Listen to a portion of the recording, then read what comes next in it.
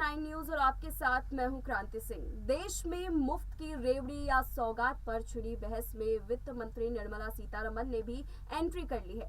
दिल्ली के मुख्यमंत्री अरविंद केजरीवाल पर पलटवार करते हुए निर्मला सीतारमण ने कहा कि वो लोगों को मुफ्त में सौगात दिए जाने की चर्चा को गलत मोड़ दे रहे हैं। उन्होंने कहा कि आप नेता शिक्षा और स्वास्थ्य को इस मामले में शामिल कर लोगों के मन में डर पैदा करने की एक कोशिश कर रहे हैं।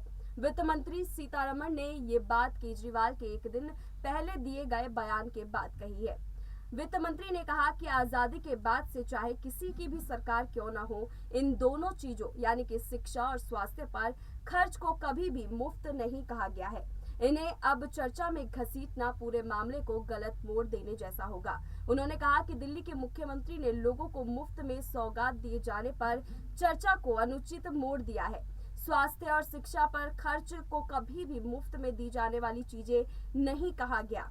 सीतारमण ने कहा कि आजादी के बाद से चाहे किसी की भी सरकार क्यों ना हो, शिक्षा और स्वास्थ्य पर खर्च को कभी भी इस मोड़ नहीं दिया गया है। वहीं दूसरी तरफ देखा गया कि केजरीवाल भी इस पूरे मामले में अपनी प्रतिक्रिया देते हुए आए थे।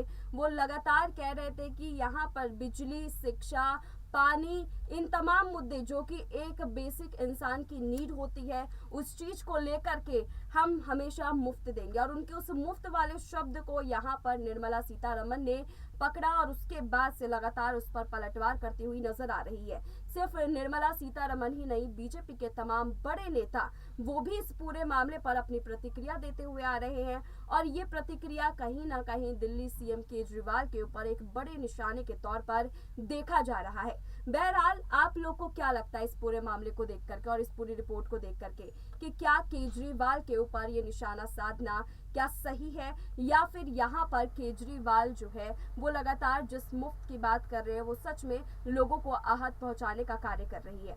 आप कमेंट में हमें जरूर बताइएगा। फिलहाल ऐसी तमाम अपडेट्स के लिए देखते रहिए SP9 न्यूज।